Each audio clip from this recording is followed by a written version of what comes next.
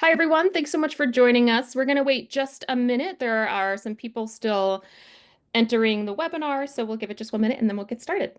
Thanks for being here.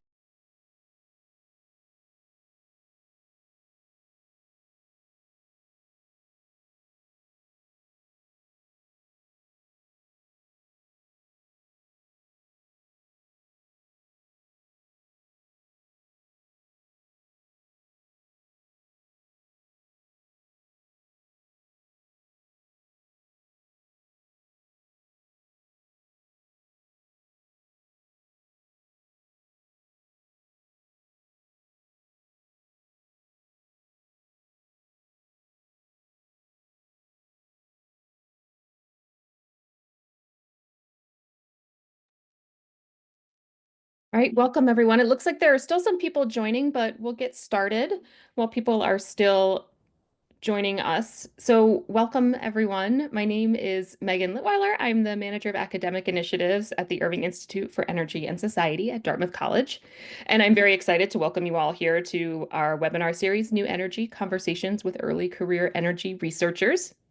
The speaker series is part of our New Energy Initiative, which aims to empower and raise the profile of early stage researchers in energy and climate. And in addition to highlighting early career scholars in this webinar, we also host a series an annual summit for early career energy and climate researchers called the New Energy Summer Summit. And we've done this, we're now entering our 4th year of the summit. It's been a really impactful experience for the scholars who have attended. And our moderator and our speaker today have both attended this summit.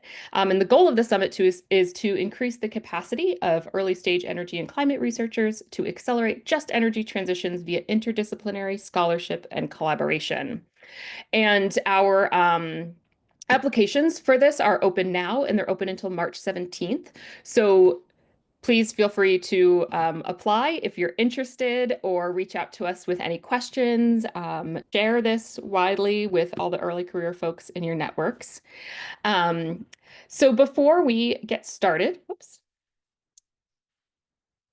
I'm going to just stop sharing a moment. Great. So now before we get started, just a quick note for everyone. We will have a chance for discussion at the end of the talk today. So feel free to enter questions for the speaker at any time using the Q&A icon at the bottom of your screen. The chat is disabled, so if you have questions, please enter them using the Q&A. And now I am thrilled to finally kick us off by introducing our moderator for this session, Dr. Sean Field. So Sean attended our very first New Energy Summer Summit and has also been a speaker on this program. So I'm really excited to have him back now as a moderator.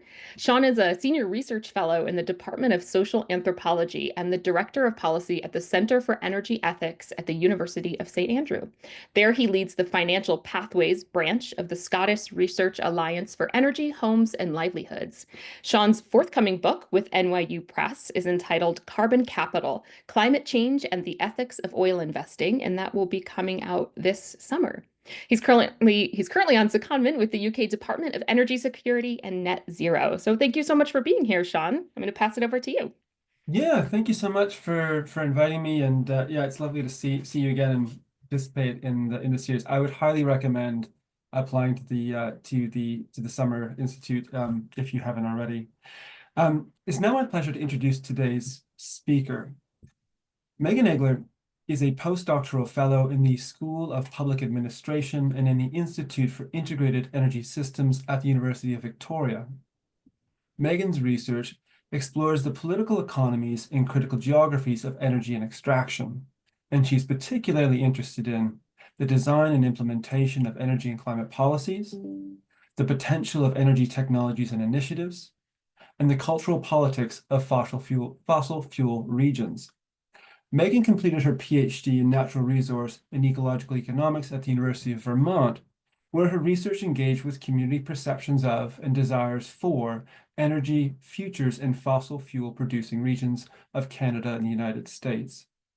Megan's research has contributed to scholarship and policy discussions on fossil fuel liabilities and major extraction projects in North America.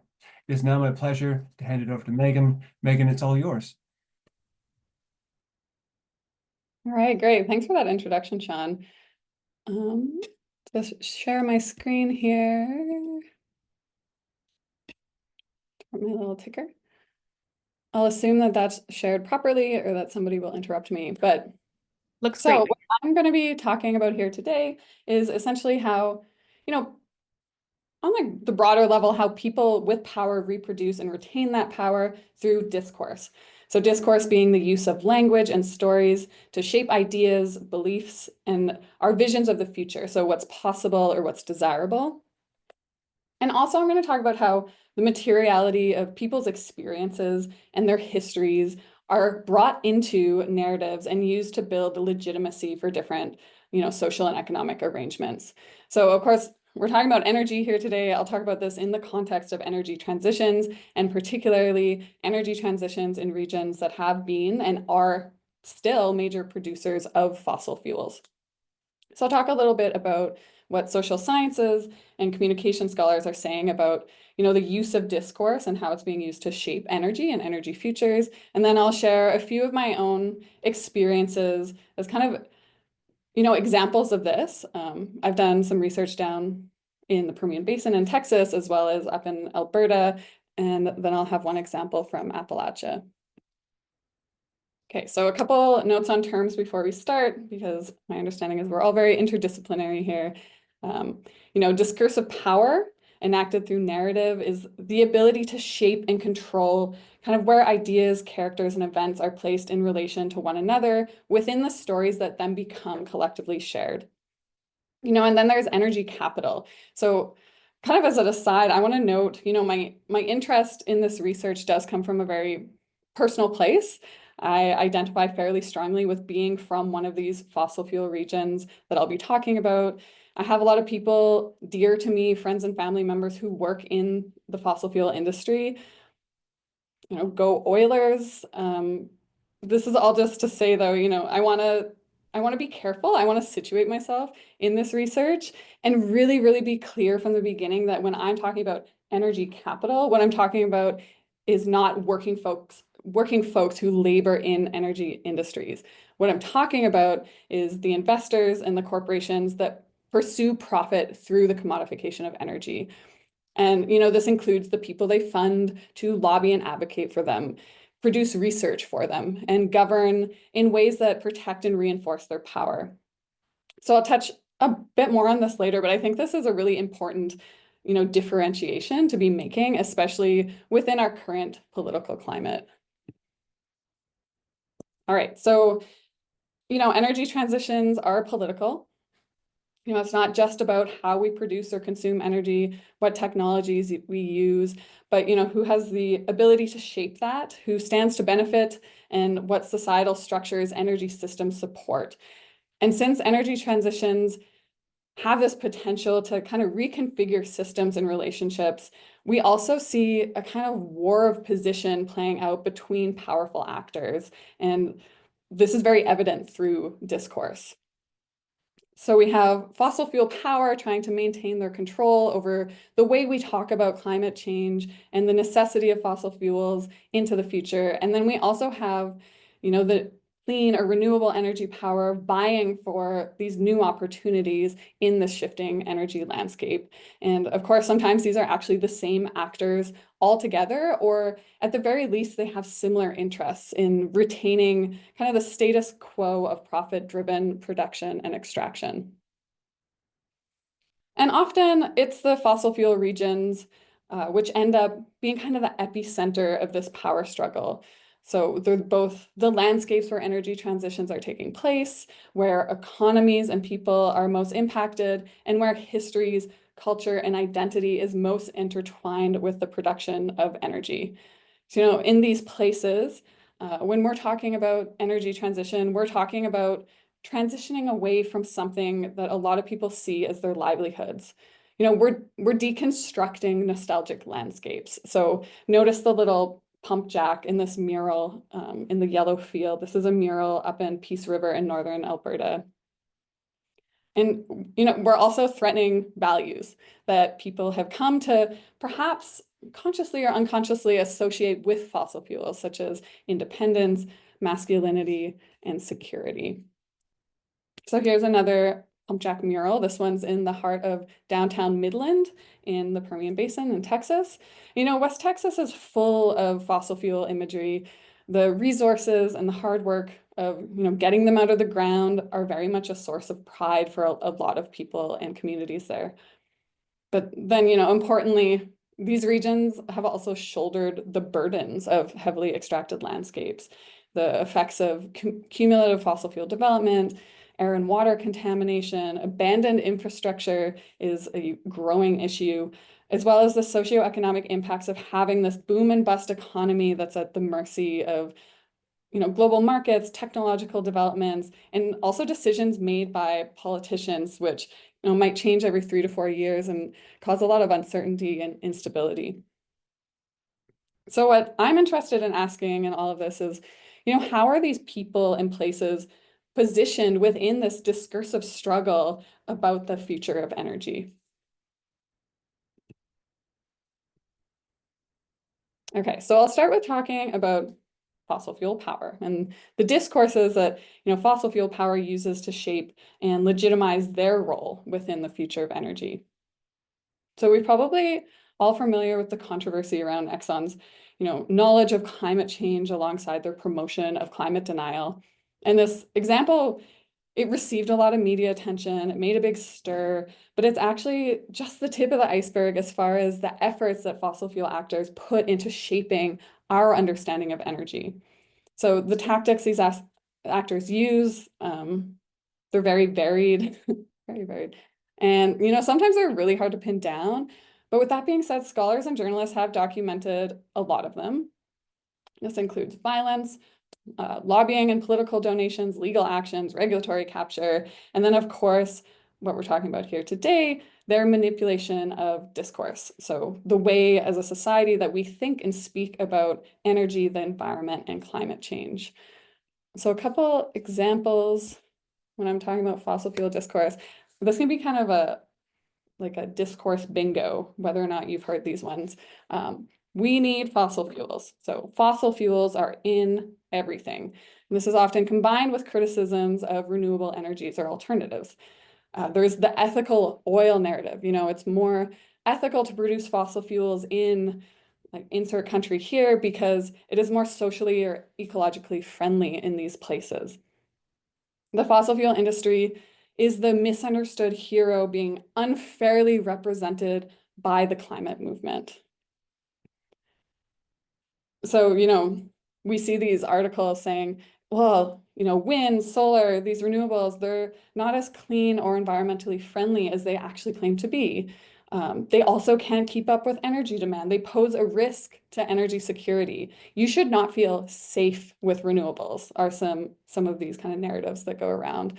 Also, renewables, they can't even exist without oil and gas anyway. So what is all this talk about energy transition? Here's the ethical, or an example of the ethical oil narrative. This is coming out of the Canadian Energy Centre. Also, I believe this is Canada Action, the ones on the side there, saying, we should actually have a movement where we're boycotting oil from other places because, it's like blood diamonds and Canadian energy is actually so much more ethical. Well, you know what?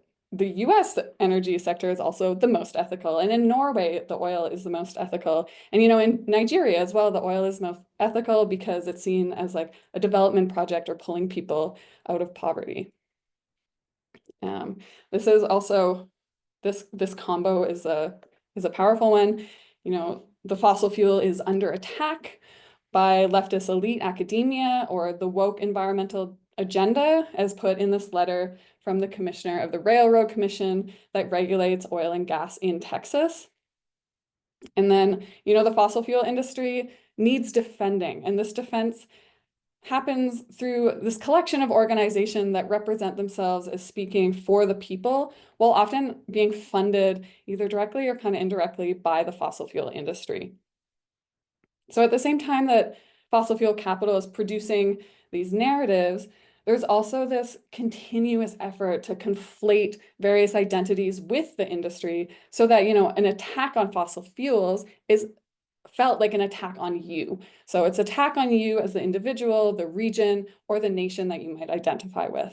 And these two things combined together in, some people refer to it as extractive populism. So it's like the intentional effort to position these activities as economic and political projects that are in the public good, but that require an engaged citizenship to defend.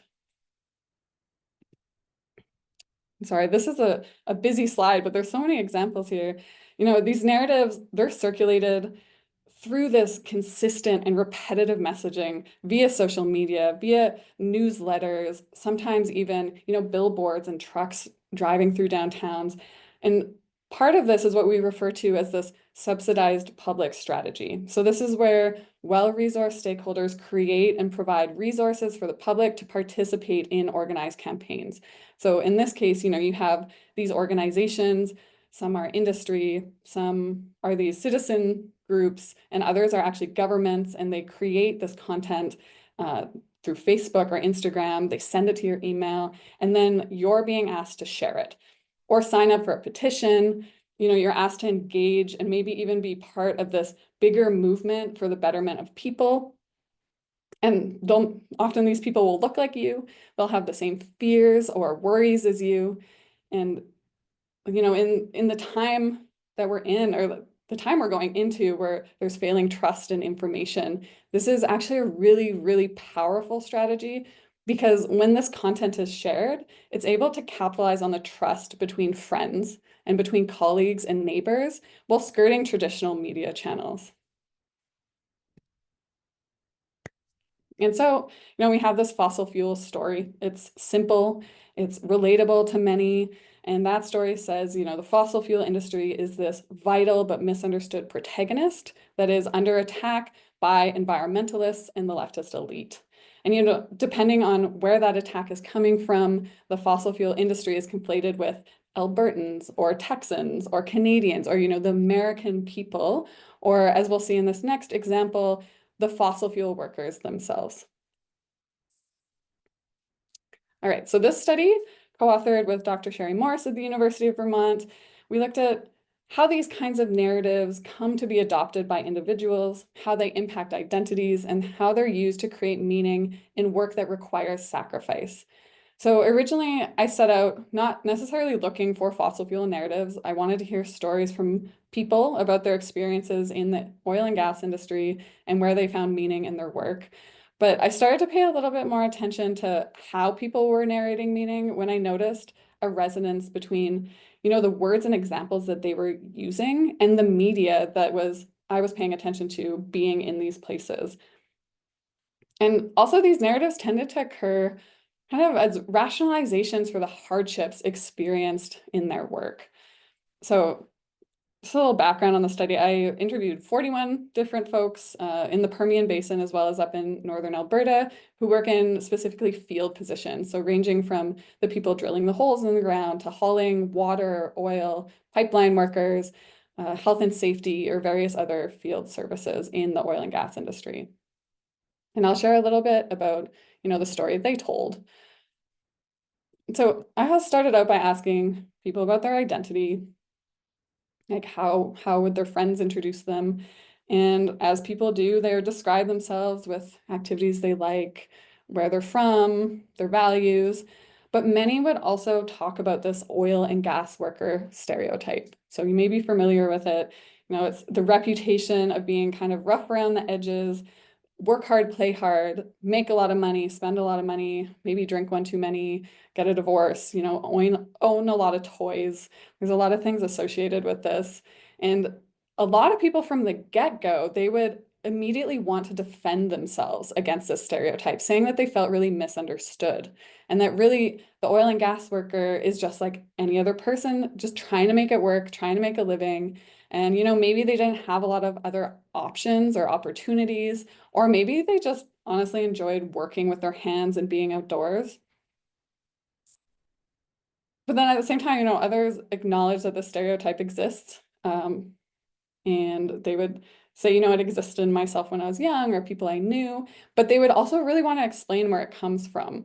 And when they explained it, it was almost always in the terms of the nature of the work in the industry. So Jared here says, you know, this stereotype exists because men sacrifice their time for that money, right? And when you sacrifice that much of your time, all of your free time is making up for lost time. Yeah, and then also related to this public perception of the oil and gas worker, workers felt, really under attack by a perceived and often also experienced outside that vilifies the oil and gas worker based on the actions of the industry and fails to see them as people. So they told me fairly consistently across interviews that they felt disliked, looked down on from people outside the industry and especially outside of fossil fuel regions. So, they would say that people saw them as rednecks, degenerates, and knuckleheads. And then also this was confirmed often in stories that they would tell about interactions they'd had. So, for example, Tony here says, I don't even tell people outside of their region where they worked and lived what they did for work. So to kind of avoid those negative interactions, they wouldn't even talk about working in the oil and gas industry. Workers also felt, their feelings of self were under attack by the way they were cast by others, but also the structural conditions of the work. So there's kind of two fronts of the attack here. Workers told me that they were required to mute themselves while at work and that they felt under pressure to follow certain norms. So Sam here is telling me, don't be an individual, just be a cog in the wheel and shut up and go to work. And a lot of people actually use the word cog. So the conditions and structures of their employment also came up when I asked what participants found meaningful in their work. So most would kind of laugh and be like, meaningful? What are you talking about? I'm here for the money. Or providing for themselves and their loved ones. And then they would tell stories of the sacrifices they would make for that money. So long periods away from home and their communities, missed birthdays. They talk about missing their kids growing up, failed relationships. And for many, that sacrifice also meant risk of physical injury due to the nature of the work again. So lost fingers, chemical exposures, death. And then the unpredictability and uncertainty around the availability of work caused a lot of emotional and financial stress. So this feelings of lack of control or predictability, feelings of instability. So I'd hear stories about addiction and suicides also related to this. Just to provide some context, because I don't want to, paint an inaccurate picture, but like good stuff was brought up as well when we're talking about meaningfulness.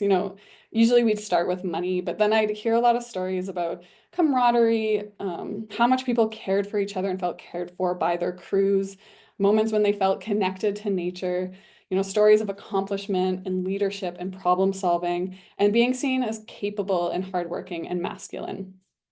But where there's joy in the use of one's physical body, one's mind and problem solving, and then the relationship building through teamwork and challenge, the nature of the job often pushed workers beyond healthy limits for what they perceived as the unequal benefit of the company or higher up industry actors. And I want to stress too that these workers were not unaware of the environmental harms and poor power dynamics in the industry. Like they articulated over and over again these feelings of being replaceable and disrespected by their bosses. They had concerns also about the cumulative impacts of their work, so groundwater contamination, earthquakes, some worried for their children in the future, some talked about climate change, but they also didn't feel like there was much that they could do without losing their jobs, or even, much that they could do generally given the dependence of our society on fossil fuels. And so this is when we talk about the narratives. So it was kind of at these points in the conversation where these fossil fuel narratives would be brought up. So they'd be brought up to defend, the identity of the oil and gas worker, to rationalize the sacrifice, to deflect personal responsibility pertaining to climate change and other environmental impacts. And then, these were used consistently. And importantly, when they were used, they would also defend the industry as a whole and position those critical of the industry as ignorant or hypocritical.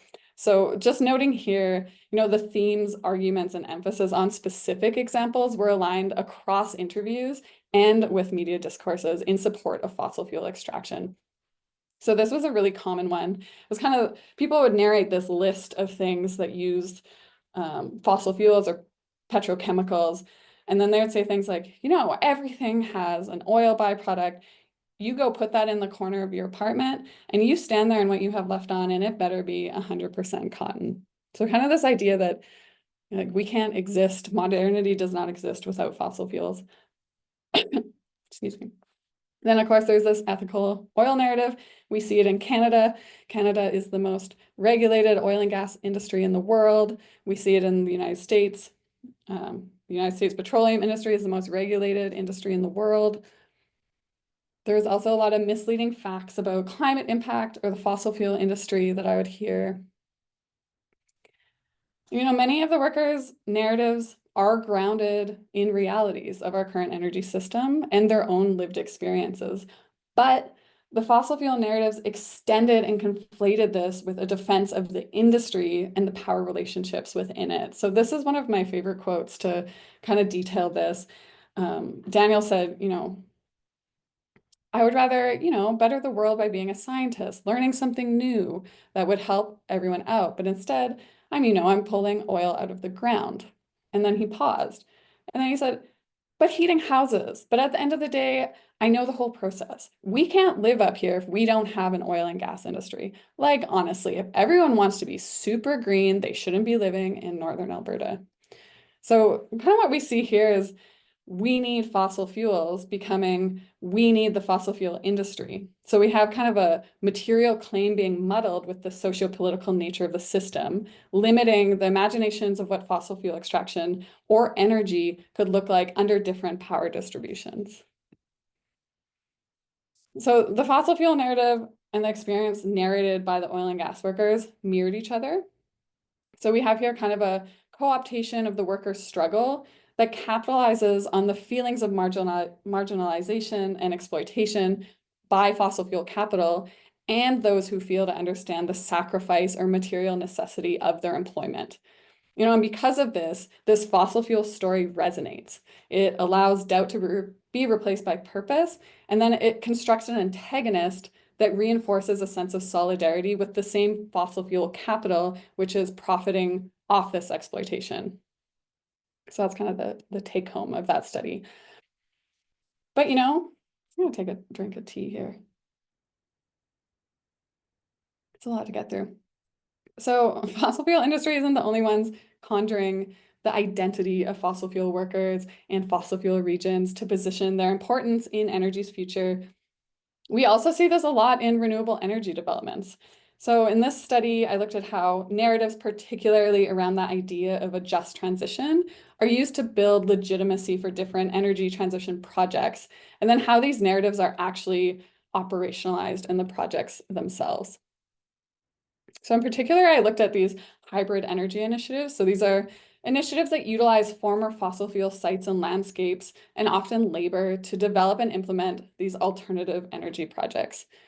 So these are things like, you know, using old oil wells or coal mines for geothermal projects or energy storage, extracting critical minerals from fossil fuel waste, or what we'll talk about a bit here, using these unreclaimed well pads and coal mines to site solar projects.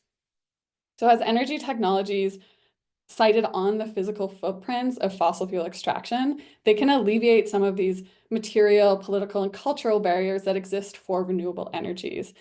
And they can do what a developer described to me as this both ends political strategy. So at the same time that they're partnering to collaborate with fossil fuel companies and offering them things like delayed environmental liability obligations, carbon credits, you know, greening their images, and sometimes, you know, using the same equipment.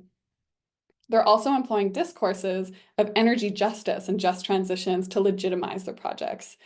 You know, these are also projects that can address in real ways these legacies of environmental harm caused by fossil fuel extraction. They can create new jobs. You know, they can create community benefits for places that might be suffering from a slowdown in fossil fuel economies. And they can do all this while combining the images, histories, and identities associated with fossil fuels with those of renewables. So they're able to kind of represent what it means to progress towards a future that builds both on, you know, figuratively and literally this fossil fuel past. And that's a very romantic narrative, you know, of regeneration, reuse, and reemployment. So this is exemplified in this quote. This is a quote referring to a project called the Martin County Solar Project in Eastern Kentucky. And it goes, the mountain is poised for another transformation. Hundreds of acres are set to be blanketed with solar panels in the coming years, installed by locals, many of them former miners. This $231 million project, which recently cleared its last regulatory hurdle, may well be the biggest utility-scale coal-to-solar project in the country. So mining the sun, honoring the energy legacy. This was a very sexy topic in the former administration. I don't know about now, but it does have a lot of potential.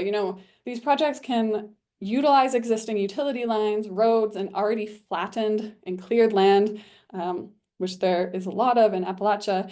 You can also address specific challenges associated with declining fossil fuel economies. So things like diversifying the tax base, providing new revenue streams to landowners, offering retraining and employment opportunities, and also importantly, can offset land requirements for solar projects or otherwise contaminated or altered sites. So this is kind of a big contention in agricultural areas or in areas where land is used for recreation. So we looked at a few different projects, but I'm going to focus on this one because it's a particularly salient example of how histories and experiences of fossil fuel regions can be used to legitimize a project that in the end likely doesn't offer much to address the region's previous harms or shift relations away from extraction and exploitation. So this was the Martin County Solar. It's a 200 megawatt merchant solar project. I believe it actually just recently was finished, and it's constructed on 1,200 acres of the former Martiki coal mine. And the way it frames itself centers mainly around the region's history and coal mining and its need for economic revitalization. And then this is coupled with the claim that solar energy development can provide a kind of repayment for the hard work of coal miners and reconciliation for the damages wrought by historical coal extraction. So I assess this project using the framework of energy justice. So we have procedural justice, so consideration for how decisions are made and who has power to influence them. This is a project designed outside of the community, behind closed doors. And then developers follow these minimum guidelines set out by the permitting process. Eventually, some community advocacy groups were like, people don't know about this project. So then they actually did more work to provide the company with input, though this came after the project was already cited and developed. Recognition justice, it's a fairly shallow understanding of a just transition because they're only talking about, tax revenue and jobs. So they held a job fair, but didn't actually make any concrete commitments to employing local people or former coal miners. And then talking about distributional justice, well, the main beneficiaries were still large energy companies and investors, so nothing necessarily new there. And then also the people of this region, they have high energy prices, but they weren't actually necessarily seeing the energy that's produced in this project because the first 100 megawatts were already purchased for an undisclosed amount by a Toyota factory so that they could, offset their emissions. So this is an example of where a project reifies the practices and relationships of energy development favored by large for-profit energy corporations, including coal corporations, and their own concentrations of wealth, while also utilizing the stories of a region harmed by fossil fuel extraction to legitimize itself and attract investors. So some basic findings out of this research, these hybrid energy initiatives build legitimacy through these narratives of energy justice, and they do center the people and landscapes of fossil fuel regions. And also, they have the opportunity, and I would argue also the responsibility to create governance structures and relationships that can address past harms, shift economic power towards communities, support more localized energy production and consumption, and begin to shape the institutions necessary for more just and ecological futures. And I know I used a questionable example here, but there are a lot of these projects that are working towards doing some of these things in really meaningful ways. And then the risk, they can also recreate the benefits from an extractive model of resource development while taking advantage of the existing harms of fossil fuel communities and landscapes. And then, just to conclude this entire presentation, we do see energy capital, or these powerful energy actors, legitimizing themselves and their versions of an energy future through narratives that are centering the people and landscapes of fossil fuel regions. So we've seen it in the co-optation of their identities. We've seen it in the use of their histories and landscapes, in kind of the legitimation of different projects. And I just want to put it out there that there is a difference between recognizing and addressing the harm caused by an exploitative dynamic of fossil fuel extraction and the use of those harms to legitimize further exploitation. So a few takeaways, or what can be done. Well, one thing would be to increase understanding of discursive power. So developing awareness of how actors with different political agendas use narrative for manipulation.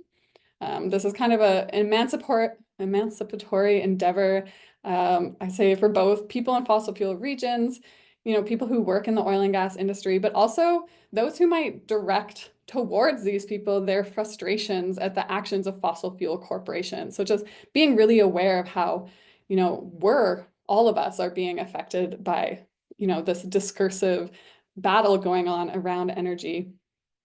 But this is a good thing to do, but it doesn't actually address the material elements of how these regions have experienced histories of exploitation. So, if our energy or climate solutions fail to address the lived struggles of working class people, or, meaningfully move towards redistributing that power and material well-being, we'll continue to lose in this communication battle that creates divisions and then uses them as political levers to further exploit and extract people and places for the sake of concentrating profit and power. So I'd say, attention needs to be paid to the conditions under which these discursive tactics are successful, particularly in relation to class and economic status. And then lastly, I think there's a great opportunity within energy transitions with the design and deployment of new energy systems and technologies to support experimentation with different ownership structures, or ways of encouraging relationships between people and people, people and energy, people and their surroundings. And maybe these are just small considerations at first, but they can open doors towards, bigger, more transformational changes. And I think it's necessary, this is my last point, to be paying attention to, what relationships we're reifying or strengthening in these decisions that we're making around energy. Because right now, I'm sure we all agree, change is necessary in response to climate change. We need to change our systems, the way we produce energy, the way we use energy, but also change is necessary in the trajectories of how we relate to one another. So who has power and who benefits and who is harmed by these shifting energy landscapes. And then I'll conclude with that. Thank you, and always happy to talk more about these topics. Email me. Well, thank you so much, Megan. That was a really wonderful presentation that covered so much. I want to encourage our audience. I'm going to put a few questions to you, but I'm going to encourage our audience. This is your chance to put your questions to Megan and really engage with this material. So I see one question in the chat. Please do put your questions in the chat. While you're thinking on it, Megan, maybe I can put the first question. I have so many questions. I have like 4 pages of questions for you. But let me put this first one to you. You describe these energy narratives that are coming through the industry, and I think you've pointed to some of the places where they're coming from. So, for example, Epstein, Ezra Levant, as sort of like political popular actors, self-described philosophers. You see it through corporate messaging. But I wonder, like, how is it arriving to the workers that you describe? Is it through corporate PR? Is it through internal messaging? Is it through ground up narratives? Is it some sort of all the above that sort of swirls within to like have it not just become a narrative, but a narrative that you've described as both internalized and externalized? Could you tell us a little bit more about those sources and how they come together to inform I guess, the narratives amongst the workers you were chatting with? Yeah, for sure. So I think I talked a little bit about the subsidized public strategy, and I think that's a really important piece of the puzzle because like there are people creating content, but say you see like a criticism of a climate policy coming from like I don't know, an oil company, you might not believe it.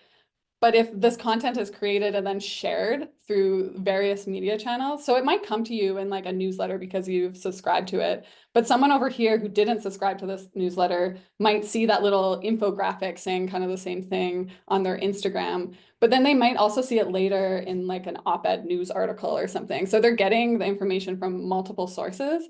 And I think when we're so inundated with information all the time, it's really hard to constantly be criticizing and fact checking everything you see and hear. And I think at some point, some of these narratives that are just swirling around just become part of the collectively shared story. And I think that's why it's really powerful. So, like, often when I was talking to folks, sometimes they would even acknowledge like they'd use a narrative and be like, oh, that's just my rationalization. And I'm like, but that knee-jerk reaction was like grabbing that narrative that has been swirling around. And I think the fossil fuel actors that I'm talking about, I don't know who they employ as their communication people, but I think that they're unfortunately very good.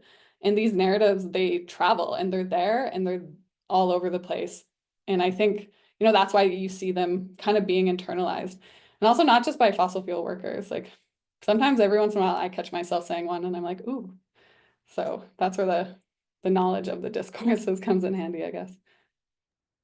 Yeah, I can tell. I can say that from my own research in the oil industry in Texas, they are pervasive. Right. So we have one question here. I'm going to read it aloud so everybody else can hear it. And please do put your questions here. Otherwise, you're going to have to listen to me ask Megan endless questions. So please do.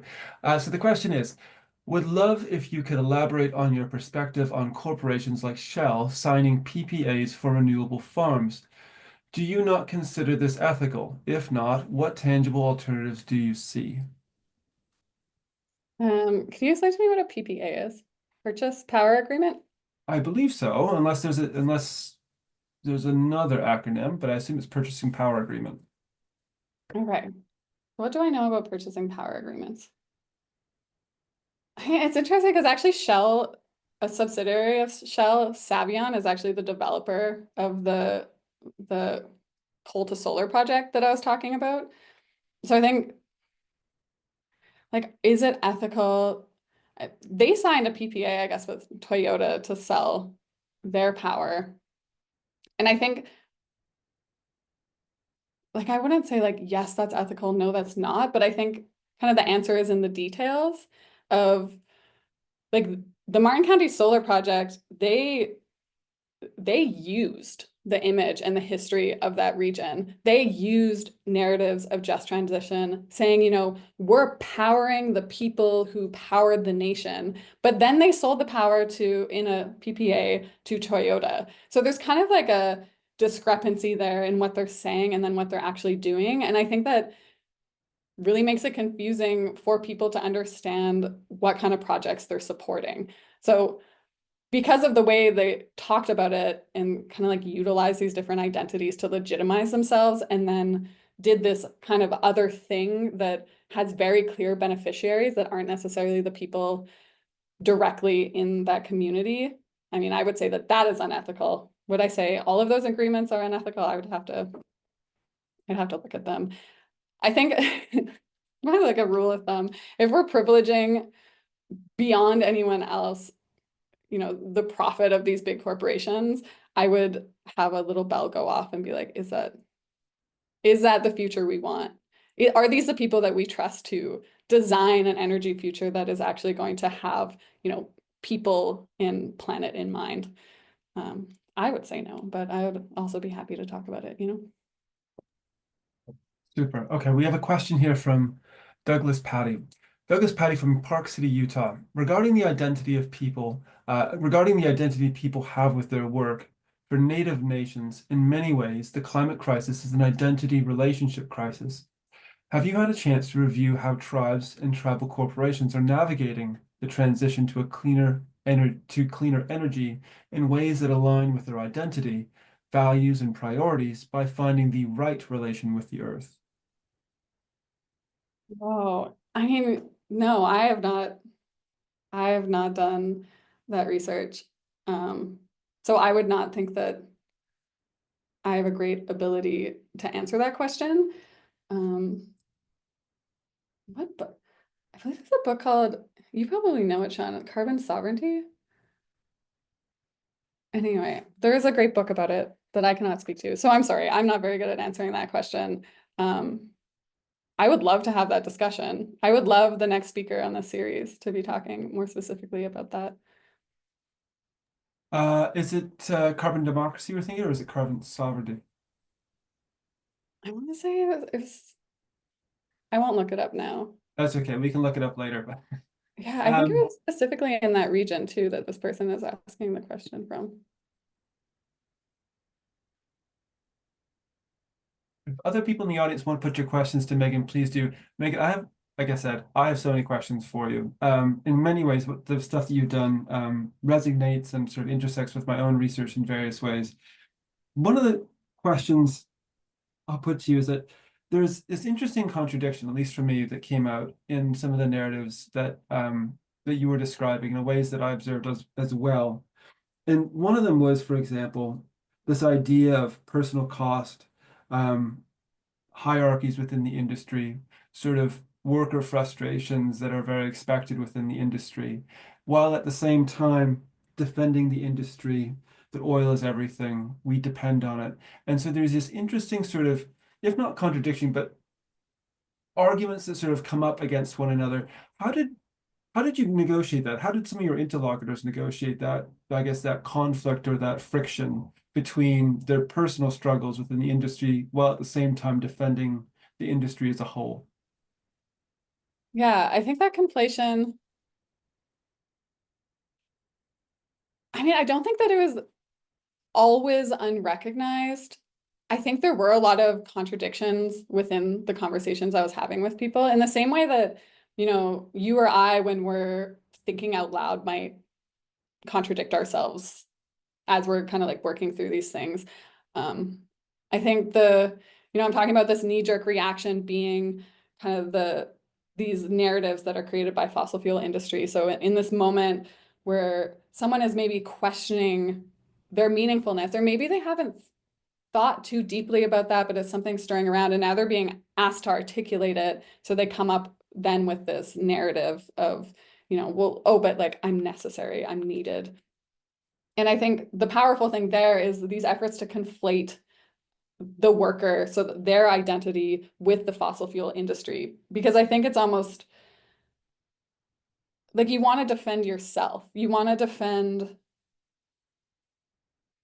the sacrifices and the choices you're making. You want to have like a consistent narrative of your life and what you've made of it. And then when that is being questioned, so I think it's very natural to want to kind of rectify that in your mind. And then that's where the contradiction comes in, because are you the fossil fuel industry? Are you the worker? These narratives are easily accessible and they defend what you're feeling. So then that's when that comes in. I mean, I'm not a psychologist, so I don't know if that's the exact mechanism, but I can speak from my own experience of, wanting to sometimes draw on those narratives too. Like, this is like a personal example, but I just moved to British Columbia from Alberta. I guess I was in Vermont for a while doing my PhD, but I identify as an Albertan and I move out here. And sometimes folks in British Columbia kind of like talk a little down on Alberta for being like this very conservative kind of energy capital place. And sometimes I feel defensive and I'm like, oh, why do I feel defensive? It's because my identity is wedded to this province, which I also think is a construct that is like kind of created to control us. Like, what are provincial or national borders? It's like, I don't know. I digress. But so to say, I think I really related to the folks I was talking to, and like their struggle and then their use of trying to articulate different ways of making sense of that really resonated also with some like internal struggles I have sometimes about my own identity and things like that. Yeah, no, that makes total sense. We have a question here from Renee Lewis.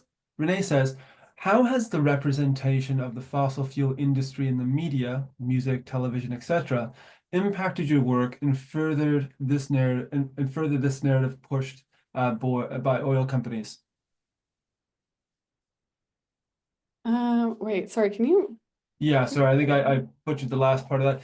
How has the representation of the fossil fuel industry in the media impacted your work and furthered this narrative pushed by oil companies? Hmm.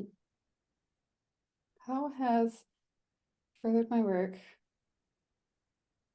Okay, I don't know if this is I don't know if this is the question that's being asked, but it's kind of the one I want to answer. And it has to, so I apologize if I'm getting a little off track again.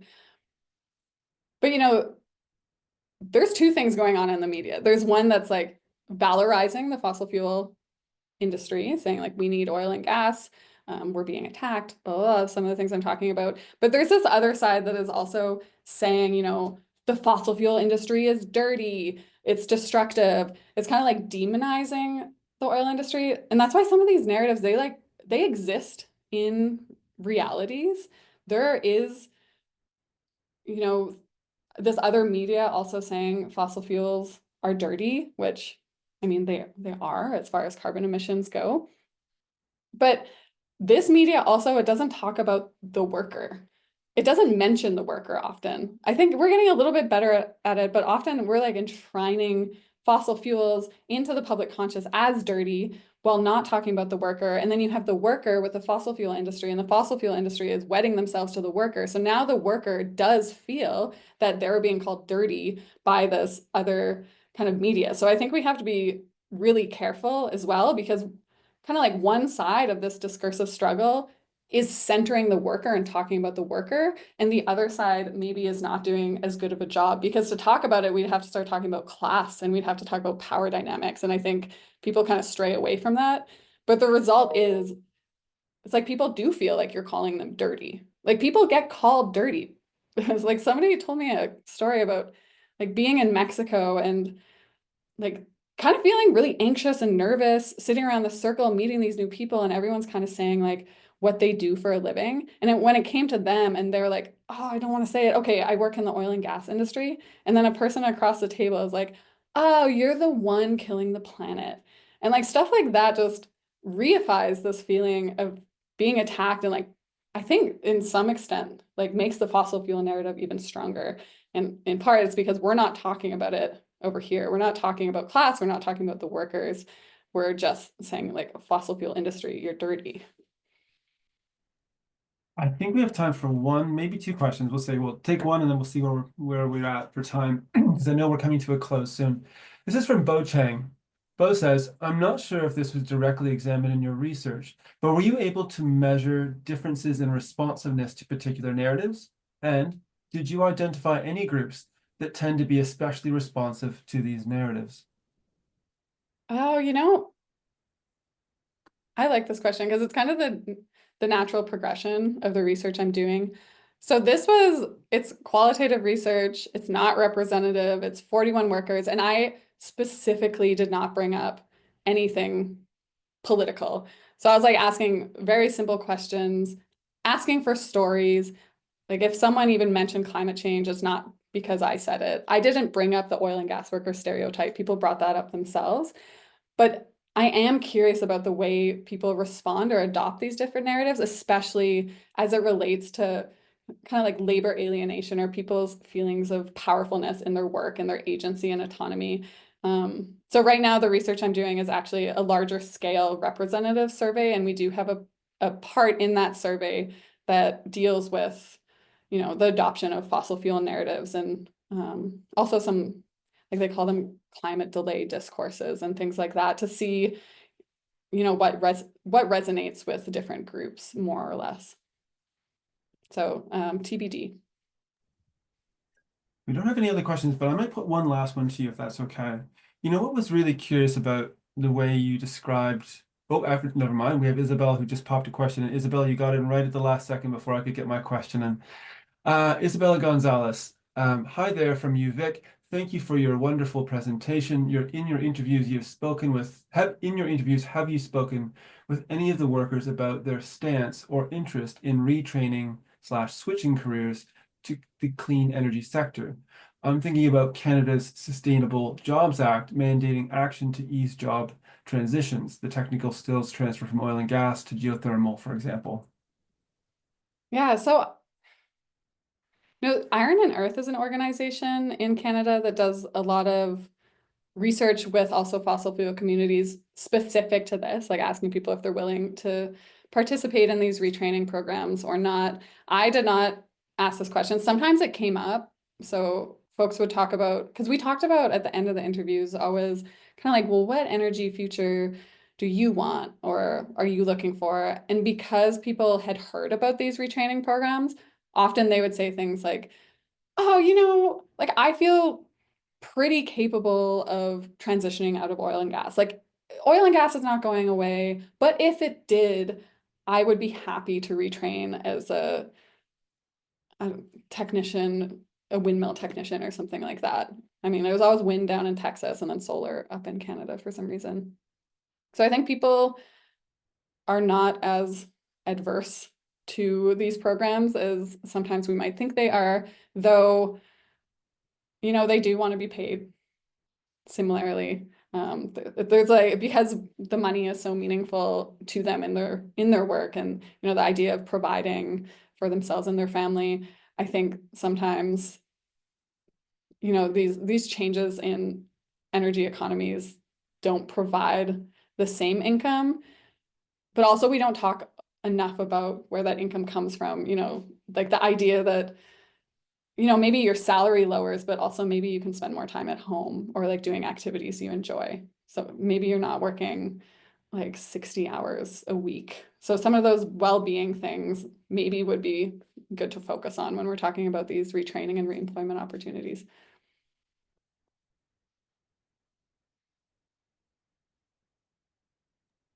All right, great. Well, we are just about out of time, so I want to thank you both so much. Thank you, Megan, for a really great talk and for sharing that research with us. And Sean, thank you very much for facilitating a fantastic discussion. It was so nice to have you both. I'm just going to close us out quickly to tell you, and hopefully my screen sharing in Zoom will be slightly more cooperative than it was at the beginning of the presentation, and it looks like it is. Great. So this is the end of our series for the winter, but we'll be back in the spring with a couple more talks, and we'll be announcing the dates of those very soon. We have Kate Burrows, who's an assistant professor of public health sciences at the University of Chicago, who'll be speaking in April, and she studies impacts of climate change on human health and well-being. And then in May, we'll have Wilson Ricks, who's a PhD candidate from Princeton in mechanical and aerospace engineering, who's studying building zero carbon energy systems through forward-looking policy. So we're looking forward to that. So thank you again so much, Megan, for joining us, and Sean for being back with us. It's really great to see both of you. And we'll be following your work and hope to see you again soon. Thanks so much. Thank you. Yeah, Take care. thanks a lot. We'll see you next time. Take care, everyone.